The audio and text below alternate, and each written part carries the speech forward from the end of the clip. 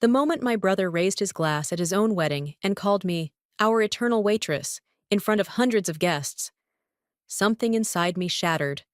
I'm Claire Donovan, 42 years old, and that single toast carried the weight of 15 years of mockery, silence, and quiet humiliation. My family had always painted me as the failure, the sister who never made it, the daughter who wasted her life. They believed it so completely.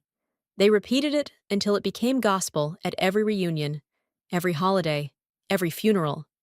But as I stood there, forced into a smile, while my parents chuckled along and the guests laughed politely, I swore it would be the last time anyone mistook who I really was. The ballroom glittered with gold light from chandeliers that swung slightly above the dance floor. Crystal glasses chimed in steady rhythm as servers moved between the tables. At the center of it all stood Michael, my younger brother, handsome in his tailored tuxedo, holding court as if the entire evening belonged to him. His bride beamed at his side, her veil catching the light like spun glass. When Michael raised his champagne glass, I already knew what was coming. He smiled. The kind of smile that looked charming to strangers, but always carried an edge I'd known since childhood. "This is my sister, Claire," he said, his voice ringing easily over the microphone. "We all know her, we all love her, but let's be honest, she's our eternal waitress. 20 years and she's never switched lanes, serving one person after another, never moving on." The laugh that followed wasn't full or warm. It was fractured, uneasy, like glass cracking under pressure. A few guests chuckled politely, others shifted in their chairs, glancing sideways to see how I would react. From the head table, my mother's nervous laugh rose above the din, sharp and brittle. Margaret always knew how to play along, to smooth the edges of Michael's cruelty, as if her endorsement could make his words less cutting. I sat perfectly still, the stem of my glass locked between my fingers. On the surface, I managed a calm smile, the kind of smile that cost more strength than most people will ever know. Inside, however, a single sentence pulsed like a vow. The truth is coming, and this time, no one will be able to stop it. Then, across the room, my eyes caught a figure I hadn't expected. Captain Daniel Alvarez, his white dress uniform standing out like a beacon. He wasn't just a guest. He was a man who knew me not by false labels, but by the weight of classified missions and midnight orders. He had served beside me. He had seen what my family never would. For a heartbeat, I forgot the sting of Michael's words. The air seemed to tighten with possibility. If fate ever had a sense of irony, it was here, in this ballroom, on this night. And as I exhaled slowly, my chest steady, I realized destiny had just stepped into the room. To understand why my brother's words cut so deep, you'd have to go back 15 years, the day I graduated from the United States Air Force Academy. I stood at attention in crisp whites under the blazing Colorado sun. My family wasn't there. They thought I'd dropped out, abandoned my dream, failed. The truth was that only weeks later, I received my first assignment in military intelligence. From that day forward, silence became part of my life. I signed stacks of classified documents. I trained endlessly, learning how to live in two skins: Claire, the ordinary woman, and Claire, the officer whose missions would never make the news. Meanwhile, my family spun their own story. My mother, Margaret, whispered to relatives at every gathering, "Claire's still working service jobs. It's embarrassing. I keep hoping she'll outgrow it, but she's still just a waitress." Michael, on the other hand, carried himself like royalty. "While my sister's slinging coffee, I'm closing real estate deals. I'm the one who made it." He became the golden child, while I was cast as the failure. At my grandmother's funeral, I stood in a plain black dress by her casket when my Uncle Frank leaned in, loud enough for everyone in the pews. "That's Margaret's oldest, 41, and still serving coffee. Pitiful." Laughter rippled down the row. I bit my lip, said nothing, but inside, something cold and final snapped. A door closed in me that day, and I knew one day they would see who I really was. I lived in a cramped two-bedroom apartment in Arlington, drove the same Jeep Wrangler I'd had since college. To my family, it was proof I lacked ambition, that I'd wasted my potential. What they didn't know was that I was a commander in Air Force intelligence, coordinating joint operations with Navy SEALs, the CIA, and units across 3 continents. One summer, I was in Somalia, working with hostage rescue teams. Another year, I sat in a pitch-dark room directing drones across the Syrian border. And yet, whenever I came home, all I said was, "Government work, just paperwork." Hidden beneath my bed was a safe. Inside, folded in heavy cardstock, lay a letter from the Secretary of Defense, its seal pressed in deep red ink. It commended me for successfully coordinating the mission that saved 12 American lives. I never showed it to anyone, partly for security, mostly because I no longer believed my family would feel pride, only disbelief. So the two lives ran on, side by side. One life where I was Claire, the disappointment, the eternal waitress. The other where I was Commander Donovan, making decisions in the dark that held lives in the balance. And tonight, as Michael turned me into a punchline in front of hundreds of guests, I felt those two worlds colliding. The truth was done hiding. The ballroom glowed with golden light, the soft swing of jazz floating through the air, while champagne glasses clinked in practiced rhythm. From my table at the far edge of the room, I tried to steady my breathing, my smile fixed in place. Michael stepped up to the podium in his perfectly tailored tuxedo, radiating the smug confidence of a man who had never been told no. His bride, Stephanie, sat glowing at the head table, her hands folded neatly in her lap. "Thank you all for being here tonight," Michael began, sweeping his eyes across the sea of guests. "Marriage is an achievement, and speaking of achievements, I'm proud of what I've built in real estate." Applause rose instantly. I pressed my lips together, waiting, because I knew what was coming. His voice shifted, dipping into that cutting tone he reserved for me. "And then there's my sister, Claire. For 20 years, she's stayed loyal to just one role: waitress. We all love her, of course, but sometimes I wonder if she had just a little more ambition. Maybe she'd have done something with her life." Laughter flickered across the room, awkward, polite, but sharp enough to sting. My eyes lifted and found my father. Thomas shook his head slowly, disappointment etched into his face. It pierced deeper than Michael's words. Then my gaze shifted to Stephanie. She looked at me with uneasy eyes, her smile faltering. Even she seemed embarrassed by the cruelty. I didn't flinch. I set my glass down gently, lips curved into a calm smile, and then I turned my head toward the ballroom doors, where I knew Captain Alvarez stood watching. I slipped away from the table and pushed open the doors to the terrace. Cool air swept across my face, carrying the hum of Boston's city lights.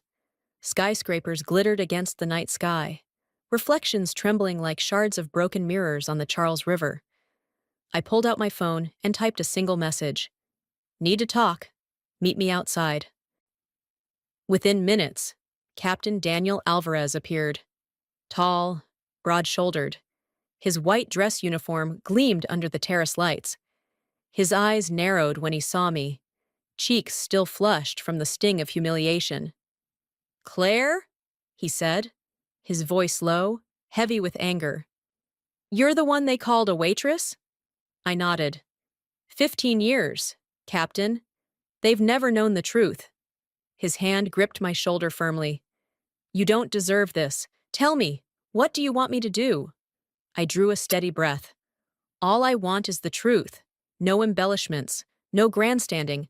When the moment comes, let them see me for who I really am." His eyes burned with a restrained fire. "When the time is right, I'll speak. Trust me."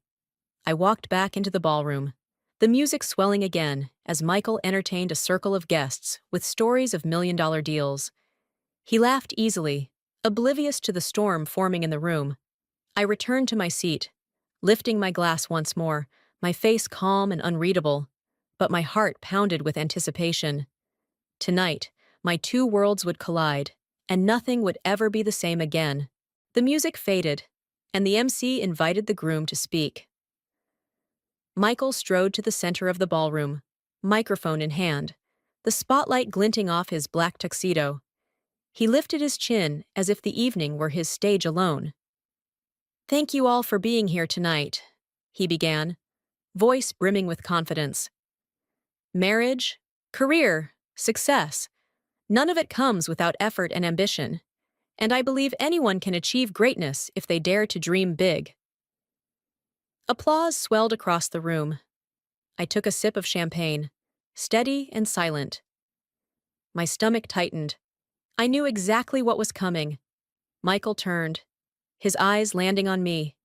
But then, there are those who choose to stay in their comfort zone. Like my sister. "Claire!" He paused just long enough for the crowd to shift toward me. 42 years old, and still loyal to just one job. Waitress. We love her, of course. But sometimes I wonder, if she had just a little more ambition, wouldn't her life look different? A ripple of whispers coursed through the room.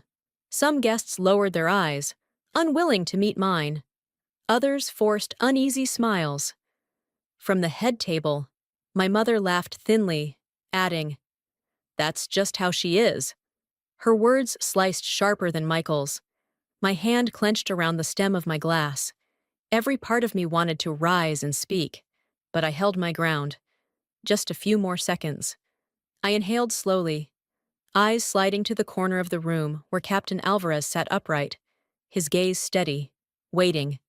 Michael's voice grew louder, riding the attention he craved. "So let's raise a glass to my sister, our eternal waitress, who has spent her whole life serving—" He lifted his champagne high, expecting laughter. Instead, a single voice cut through the silence, sharp as a blade. "Stop talking." The ballroom froze. I turned toward the sound. Captain Daniel Alvarez rose to his full height, his white dress uniform gleaming under the lights. The air seemed to lock in place. He stepped forward, his voice carrying with unshakable authority. "The woman you just mocked as a waitress is Commander Claire Donovan, United States Air Force Intelligence." Every murmur died instantly. You could feel the weight of the words drop like stone. Then came the blow that silenced even the skeptics. Only 8 months ago, she commanded an operation that rescued 14 American hostages from Yemen. The mission was flawless. 0 casualties. The sharp crash of glass rang out. My mother's wine goblet had slipped from her hands, shattering across the hardwood floor. Her face drained of color, her hands trembling. Michael stood frozen, his complexion shifting from flushed red to a ghostly pale. Beside him, Stephanie's mouth fell open, her eyes wide with shock and disbelief. Captain Alvarez's tone never wavered. "When she walks into a military room, we stand at attention. She hasn't just served, she has served this country, saving lives most of you will never even know about." The room was so quiet it felt suffocating. My heart pounded in my chest, steady and certain. 15 years of silence had just been torn apart in a single moment, and nothing would ever go back to the way it was. The air in the ballroom thickened until it felt heavy enough to choke on. Every gaze locked onto me as I pushed back my chair and rose to my feet. My legs were steady, my voice calm, carrying across the silence like a bell. "I'm Claire Donovan," I said, each word deliberate. "And yes, I've worked for the government. In fact, I've served in Air Force intelligence for the past 15 years. A murmur rippled, then died. Faces I had known my whole life blinked at me as if seeing a stranger. You saw me live in a small apartment, drive an old Jeep, and decided that meant failure. The truth is, I live modestly because I'm gone for months at a time. I need a car that will start after sitting idle, a home I can walk away from when duty calls. You saw the sunburns on my skin and thought I was working at a beach cafe. In reality, I had just come back from Somalia, then Yemen. A sharp exhale sounded from the back of the room. I let it hang before continuing. "When you called me a waitress, I said, locking eyes with Michael. I was commanding missions that saved American lives. When you mocked my lack of ambition, I was making choices that shaped national security. I turned toward my parents. Every time you introduced me as your shame, I was returning from operations no one outside the government will ever know. I stayed silent because of the oath I swore. But tonight, that silence ends. The ballroom fell utterly still. My Uncle Frank stared at his shoes. My cousin Janet's cheeks flushed crimson. And Michael, he stood frozen, hollow-eyed, his confidence stripped away, staring at me like the ground beneath him had just collapsed. Michael's lips moved, but his words tumbled out broken, stripped of the bravado he wore so easily minutes earlier. "Claire, I'm sorry. I didn't know." His voice was thin, almost pitiful, and no one leaned in to hear him. Around him, the wedding guests stood stiff, their polite smiles gone. Stephanie, his bride, remained at his side but didn't touch him. Her face had gone pale, her eyes hollow. When she looked at him, it was with the sharp, cold realization that she had tied herself to a man who thrived on belittling others, especially his own sister. I caught the faint tremor in her hands as she clutched her bouquet, and I knew whatever illusions she'd held about him had shattered. I turned away, unwilling to give him the comfort of my gaze. When the last toast ended and the band struck up another round of music, I slipped out of the ballroom. The hum of voices rose behind me, but it no longer had power over me. For the first time in years, I felt lighter. The sound of hurried footsteps followed me into the quiet corridor. My father's voice broke the silence. "Claire, wait!" I stopped. He caught up, his chest heaving, his eyes wet. This was the man who had once looked at me with disappointment carved deep into his face. Now his voice cracked, heavy with regret. "I'm sorry, Claire. I've been blind for too long. Tonight I've never been prouder." I held his gaze, steady. Even as my chest tightened, my mother, Margaret, came next, her hand trembling as it closed around mine. "My daughter," she whispered, her voice brittle. I was wrong. I told myself lies because they were easier than not knowing. "I'm so sorry. Please forgive me." I let her words settle, then answered, calm and unshaken. "The truth doesn't need permission to exist, but thank you for finally seeing me." They both wept, and for a moment, we stood in silence, the three of us caught between past wounds and the fragile chance of repair. In the months that followed, the ripple of that night spread through the family. Word trickled down first in hushed phone calls, then in louder whispers at gatherings. Stephanie filed for divorce. The papers signed before their first anniversary. People in Michael's business circles whispered with disdain. "That's the man who mocked his sister, the Air Force commander." His reputation curdled, clients drifted away, and the shine of his empire dulled. For me, life took on a different light. My father began inviting me to lunches with his old firefighter friends. I heard him introduce me with a pride I never thought possible.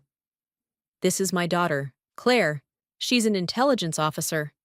The words carried a weight he seemed to savor. My mother threw herself into volunteer work with military family support groups. "It's the least I can do," she told me once, eyes soft with guilt. I missed the chance to honor my own daughter. I won't make that mistake again. I knew then that the balance had shifted. The shame that had once been mine was no longer resting on my shoulders. It had been returned to those who had cast it there. And I carried only the truth, finally, openly, without apology. On a crisp autumn morning, sunlight spilled through the windows of my Arlington apartment, glinting off the Charles River in ripples of gold. The air was cool, the kind that made every breath feel fresh, like starting over. On the small wooden table by the window, I had placed something that had once been hidden for years, the commendation letter from the Secretary of Defense. The red seal caught the light, bold and unashamed. For the first time, it wasn't locked in a safe. It was out in the open, exactly where it belonged. For 15 years, I had lived in two worlds, one where I was the family's failure, and another where I was a commander, respected in silence by those who truly knew what I did. Now those worlds had merged. There was no more pretending, no more quiet endurance. There was only one truth left. I am who I have always been. I sipped my coffee, the warmth spreading through me, and smiled. An unforced smile I hadn't worn in years. Not because I needed my family's recognition, not because the whispers had finally gone quiet, but because I no longer had to hide myself. The truth had freed me from my family's judgment, from the weight of their disappointment, and most of all, from the fear that had kept me silent. For the first time, I was whole. One world, one self.